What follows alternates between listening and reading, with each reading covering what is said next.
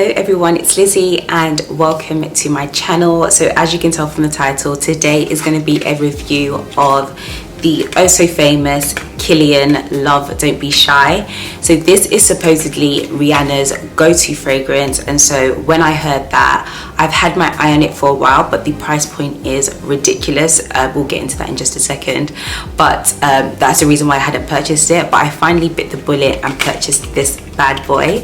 But before I get into this video, definitely make sure to check out my fragrance playlist if you are interested in certain fragrances and you want to find out reviews, first impressions, fragrance battles, the whole lot. Definitely check out my fragrance playlist because it has all my videos created in one place for you guys. Also, if you have any video requests or any fragrances that you'd like me to review, definitely let me know in the comment section down below. So this fragrance has been out for a while. It's been out since 2007, so I'm kind of late to the party, but I think since it was known that Rihanna started wearing this, or this was like her favorite go-to fragrance, it's kind of like boomed and everyone is sort of onto it, and I can see why, because I absolutely love this fragrance. So this retails for $48 US, the 7.5 ml or the 0.25 fluid ounces, and the 50 ml retails for $250 US or 185 pounds. So it is a pretty expensive fragrances, and in these times you don't really want to be spending an arm and a leg for a fragrance. So I will let you know if this fragrance is worth it. So just really quickly, I'm going to go through the top, the middle and the base notes, as well as the main accords, and then I'll just kind of give you my kind of thoughts on the fragrance and we will wrap up the review. So the top notes are neroli, bergamot, pink pepper and coriander. That is so weird that it has coriander. I didn't even know that. That's odd. The middle notes are orange blossom, jasmine, honeysuckle, rose and iris, and the base notes are sugar, caramel, musk, civet, I'm not sure how to pronounce that, and labdanum. And the main accords are sweet, white floral, vanilla, caramel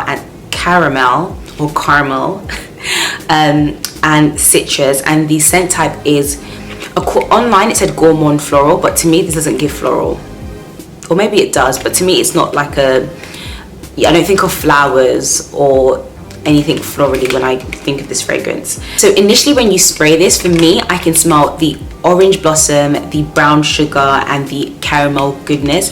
It is incredibly sweet, and I'm not gonna lie, when I initially sprayed it I was a bit underwhelmed because I was like, this is an expensive fragrance, like this needs to blow me out of the park, and it didn't blow me anywhere. I was like, girl, we need to reevaluate. So it does smell really sweet. You can smell the orange blossom, the sugar, the caramel. Like, if that sounds awful to you, do not buy this fragrance because it is very, very, very, very sweet. Like, there's sweet and then there's sweet, and this is like up here sweet. It is extremely sweet. It is a gourmand, so if that is not your scent type, or a type of fragrance that you gravitate towards, I would highly not recommend this fragrance. It's almost like bubblegummy and marshmallowy in the initial spray, so if that does not sound like it's up your street, run away fast. Do not even bother purchasing this. But if that's something that you enjoy, I think if you're somebody that likes that sickly kind of sweet scent, then you'll definitely love this.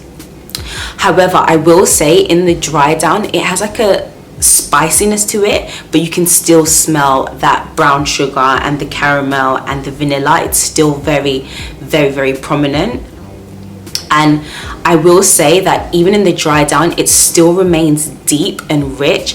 I think I prefer the dry down than the initial spray, because the initial spray is so overwhelming. You just get this burst of sweetness that is intoxicating and borderline gives you a headache. But then once it dries down, it's super rich and deep and warm and just delicious and scrumptious, and I love it so much. And I think, although it's sweet, I feel like it's like a luxurious sweet. It's not a sweet that smells like cheap, or like small, like really young teenagers would be wearing. It smells very luxurious. But I will say that for the most part, the base notes for me are the most prominent. I think Orange Blossom is the middle note, but all the base notes, so the sugar, the caramel, the musk, that's all there and it remains there. I will say as well, when I initially sprayed this, I was like, oh my gosh, is this really gonna last on my skin? Like, you know, it's just a sweet fragrance. But let me tell you, this thing lasts all day. I was even shocked by myself. I was like, okay, I can see why they're charging so much, because the longevity on this fragrance is incredible. Like, almost, I actually feel like it lasts longer than the Maison Kurkdjian Baccarat Rouge 540. I've done a video on that, so check it out. I'll probably leave it in the description box down below, but that is a very long wearing fragrance on me. But this definitely like beats that by a mile.